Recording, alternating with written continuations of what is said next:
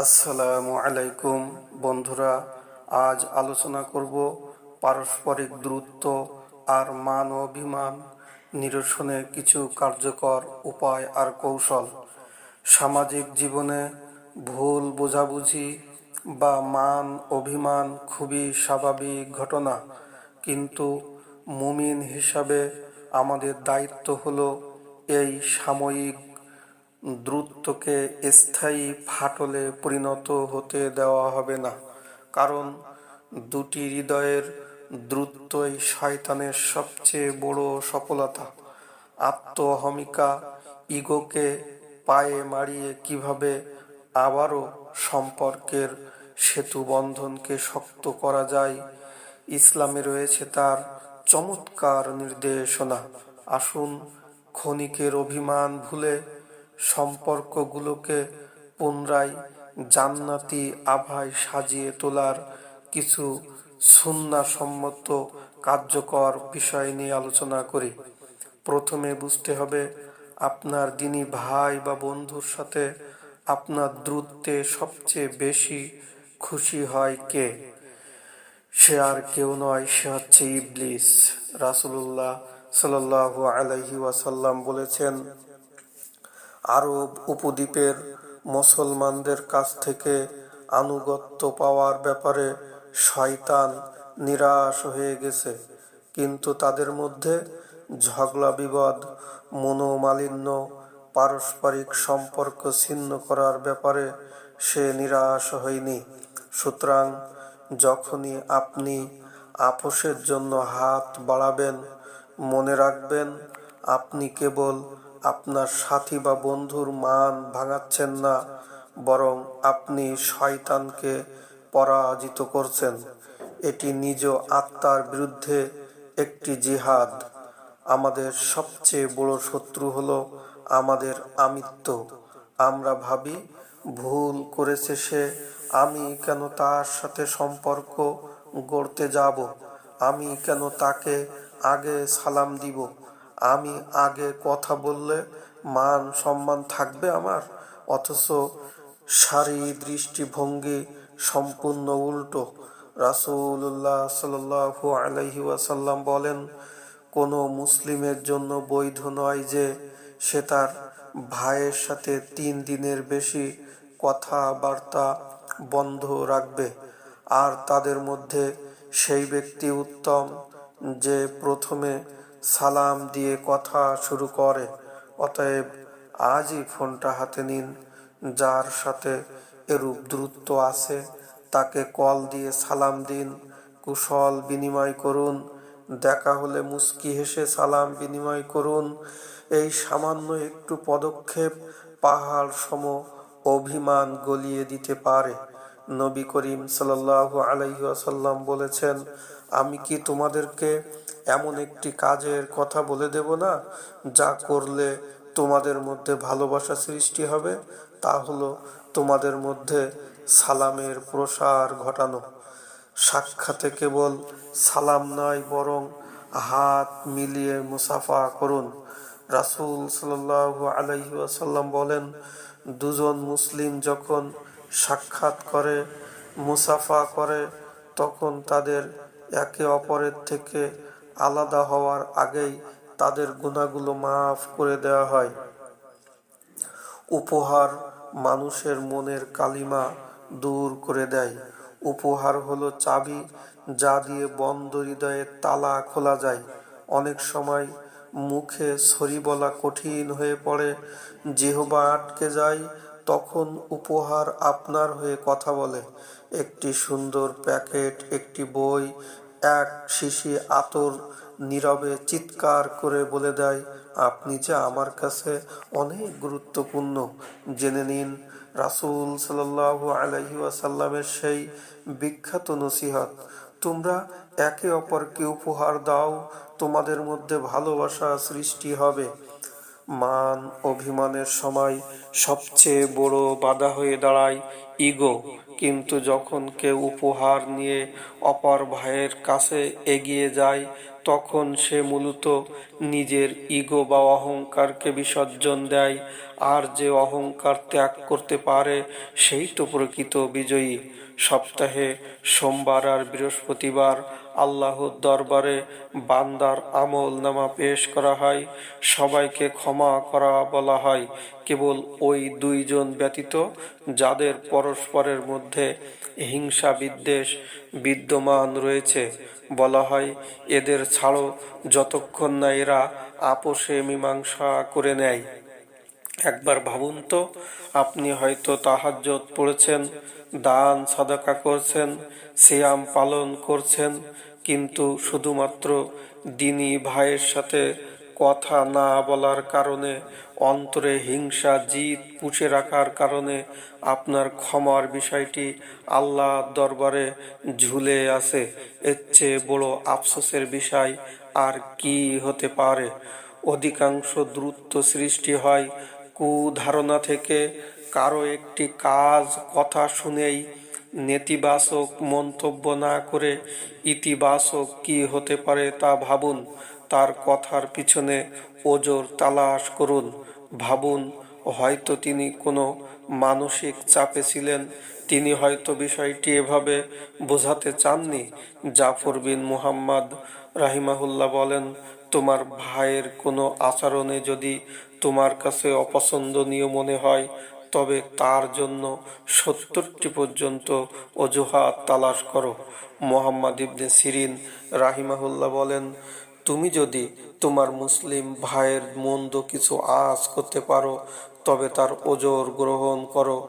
যদি কোনোই ওজর না পাও, তবে বলো, হয়তো বা তার এমন ওজর আছে যা আমি জানি না। আব্দুল্লাহ ইবনুল মোবারক রাহিমাহুল্লাহ বলেন, মুমিন অন্যের জন্য ওজর খোঁজে আর মুনাফিক অন্যের ভুল ত্রুটি খোঁজে। জীবনে চলার পথে আমরা অনেক সময় তর্কে জিতে যাই, কিন্তু আফসোসের বিষয় হলো, তর্কে জিততে গিয়ে আমরা অনেক সাথীকে হারিয়ে ফেলি। নিজের সত্যতা প্রমাণ করতে গিয়ে সম্পর্কের 12টা বাজিয়ে ফেলি। তাই কখনো কখনো আপনি শতভাগ সঠিক হয়েও কেবল সম্পর্কটা জোড়া লাগানোর স্বার্থে একটু নত হন। নিজের কাঁধে দোষ নিন। মনে রাখবেন, মানুষের কাছে হেরে গিয়েও যিনি সম্পর্ক টিকিয়ে রাখতে জানেন, তিনি প্রকৃত বুদ্ধিমান আর বিজয়ী। রাসূলুল্লাহ সাল্লাল্লাহু আলাইহি ওয়াসাল্লাম বলেছেন, যে ব্যক্তি হকের উপর থাকা সত্ত্বেও তর্ক পরিহার করবে, আমি তার জন্য জান্নাতের মাঝখানে একটি ঘরের জিম্মাদার হব। আর কারো উপর রাগ অভিমান পুষে রাখা মানে নিজের বুকের উপর একটি ভারী পাথর চাপা দিয়ে রাখা। এই পাথরটি অপর পক্ষের চেয়ে আপনাকেই বেশি ক্ষত বিক্ষত করে। অথচ যখনই আপনি ইগো ঝেড়ে বলে দেন, আচ্ছা যা হয়েছে ভুলে যাও, আমি সরি, সাথে সাথে বুকের ভেতরকার সেই ভারী বোঝাটি নেমে যায়। মনের মধ্যে এক অদ্ভুত প্রশান্তি কাজ করে। তাই ক্ষমা চাওয়া মানে নিজেকে ছোট করা নয়, বরং নিজেকে মানসিক যন্ত্রণা থেকে মুক্তি দেওয়া। আল্লাহ বলেন, খুজিল আফওয়া, তুমি ক্ষমার নীতি গ্রহণ করো।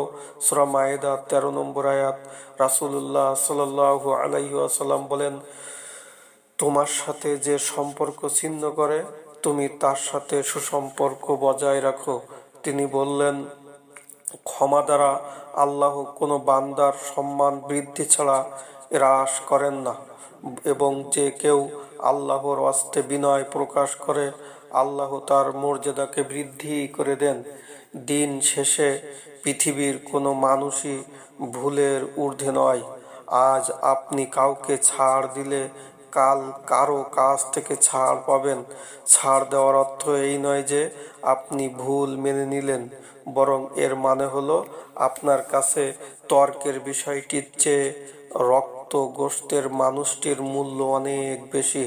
পারস্পরিক দ্বন্দ্ব মতবিরোধ জীবনের স্বাভাবিক অংশ হলেও একে জিইয়ে রেখে সম্পর্ক নষ্ট করা কোনো সমাধান নয়, বরং রাগের মুহূর্তে প্রতিপক্ষের দোষ না খুঁজে তার ভালো গুণগুলো, অতীতে আপনার দুর্দিনে রাখা তার অসামান্য অবদানের কথা স্মরণ করুন।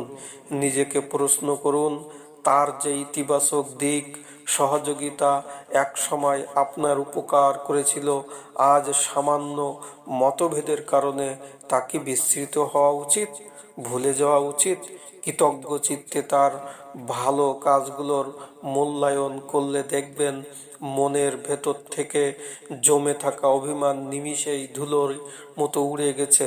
ক্ষমা প্রদর্শন করে সম্পর্কটি জোড়া লাগানোর অনেক সহজ হয়ে গেছে, কারণ সম্পর্ক ভাঙা নয়, টিকিয়ে রাখায় প্রকৃত মাহাত্ম্য।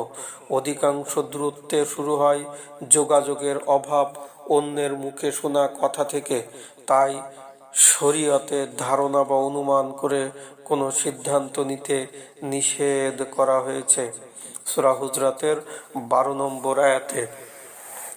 সম্পদের মাঝে অনুমানের ধোঁয়াশা জমতে দিলে তা কেবল দ্রুত আর ভুল বোঝাবুঝি বাড়ায়, অথচ একটি খোলাখুলি কথোপকথন নিমিষেই অভিমান দূর করতে পারে। মনের ভেতর কল্পিত ধারণা পুষে রেখে কষ্ট পাওয়ার চেয়ে সরাসরি কথা বলে সত্যটা জেনে নেওয়া অনেক বেশি স্বস্তিদায়ক। এতে ইগো নয়, বরং সম্পর্কের গভীরতায় জয়ী হয়। তাই অহেতুক জল্পনা কল্পনাকে প্রশ্রয় না দিয়ে আজই প্রিয় মানুষটির চোখের দিকে তাকিয়ে মনের কথাগুলো বলে ফেলুন। দেখবেন সব জটিলতা কেটে গিয়ে সম্পর্কটি পুনরায় স্বচ্ছ প্রাণবন্ত হয়ে উঠেছে।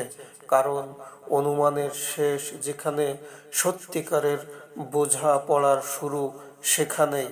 একই দস্তারখানে বসে খাবার ভাগ করে নেওয়ার মাঝে যে কি অলৌকিক শক্তি লুকিয়ে আছে তা কেবল একটি আন্তরিক দাওয়াতই প্রমাণ করতে পারে। এটি হলো ইগো বিসর্জন দিয়ে সম্পর্ককে সম্মান জানানোর এক নীরব বার্তা, যা বুঝিয়ে দেয় যে দ্বন্দ্বের চেয়ে মানুষটি আপনার কাছে অনেক বেশি দামি। তাই অযথা জিদ ধরে না রেখে তিক্ততা ভুলে প্রতিপক্ষকে আজই নিমন্ত্রণ জানান। দেখবেন আপ্যায়নের মিষ্টতাই সম্পর্কের ফাটলগুলো নিমিষেই জোড়া লেগে গেছে। যখন দুই পক্ষের মধ্যে তুমুল ঝগড়া, দীর্ঘদিনের নীরবতা চলে, তখন সরাসরি কথা বলতে যাওয়াটা অনেকের আত্মসম্মানে বাধে। এমন পরিস্থিতিতে তৃতীয় পক্ষের সহযোগিতা নিন। আজই এমন কোনো কমন বন্ধু, শ্রদ্ধেয় শিক্ষক, মুরব্বীর শরণাপন্ন হন, যাকে উভয় পক্ষই মেনে চলে, যিনি উভয় পক্ষের কাছেই গ্রহণযোগ্য, বিশ্বস্ত, প্রজ্ঞাবান, যিনি গোপনীয়তা রক্ষা করতে পারেন, আগুনে ঘি না ঢেলে পানি ঢালতে পারেন। মনে রাখবেন, একা একা গুমড়ে মরার চেয়ে কারো সাহায্য নিয়ে সম্পর্ক বাঁচিয়ে রাখা অনেক বেশি বুদ্ধিমানের কাজ। দুনিয়ার সব কৌশল যখন ব্যর্থ হয়, তখন আসমানের ফাইসালা কাজ করে। দোয়ার মাধ্যমে অসম্ভবকে সম্ভব করা যায়। তাই আজ থেকে কারো সাথে ঝগড়া হলে তার সম্পর্কে মানুষের কাছে বাজে মন্তব্য না করে 2 রাকাত সালাত পড়ুন। তারপর আল্লাহর কাছে বলুন, হে আল্লাহ, আমাদের শয়তানের প্ররোচনা থেকে রক্ষা করুন, আমাদেরকে আবার ভালোবাসার বন্ধনে আবদ্ধ করুন। ইয়া মুকাল্লিবাল কুলুব, হে অন্তরের পরিবর্তনকারী, আপনি তার মনকে আমার প্রতি নরম করে দিন, আমাদের মধ্যেকার দূরত্ব ঘুচিয়ে দিন। দোয়া যেমন অপর পক্ষের মনকে পরিবর্তন করতে পারে, তেমনি নিজের মনের বিষও দূর করে দেয়। যার জন্য আপনি আল্লাহর কাছে হাত তুলে কাঁদবেন, যার জন্য আপনি কাকুতি মিনতি করবেন, তার প্রতি আপনার মনে ঘৃণা, হিংসা বেশিক্ষণ টিকে থাকতে পারে না।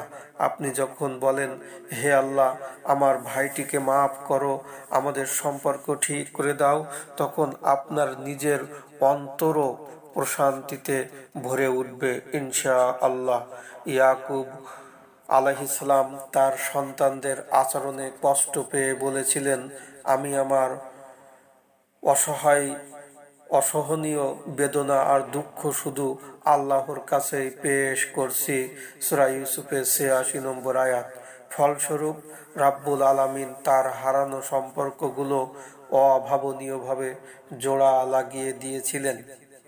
অতএব বিশ্বাস রাখুন, দোয়া হলো সেই অদৃশ্য সুতো যা ছিঁড়ে যাওয়া সম্পর্ককে এমনভাবে সেলাই করে দেয় যেন তা কখনো ছিঁড়েইনি। পরিশেষে বলবো, কারো সাথে মান অভিমান করে নিজেকে একা করবেন না। দুনিয়া খুবই ক্ষণস্থায়ী। আজ যার সাথে কথা বলছেন না, কাল হয়তো তার জানাজার খবর আসতে পারে, তখন আফসোসের সীমা থাকবে না।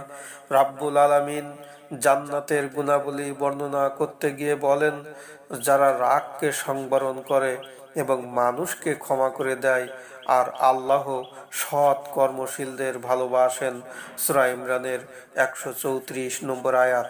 অতএব আসুন আজই আমরা আমাদের মান অভিমানের দেওয়াল ভেঙে ফেলি, নিজের ইগোকে পদদলিত করে বাড়িয়ে দেই বন্ধুত্বের হাত। কারণ সম্পর্ক জোড়া লাগানো দুর্বলতা নয়, বরং ইমানের পূর্ণতা। রাব্বুল আলামিন আমাদের তৌফিক দান করুন। আল্লাহুম্মা আমিন।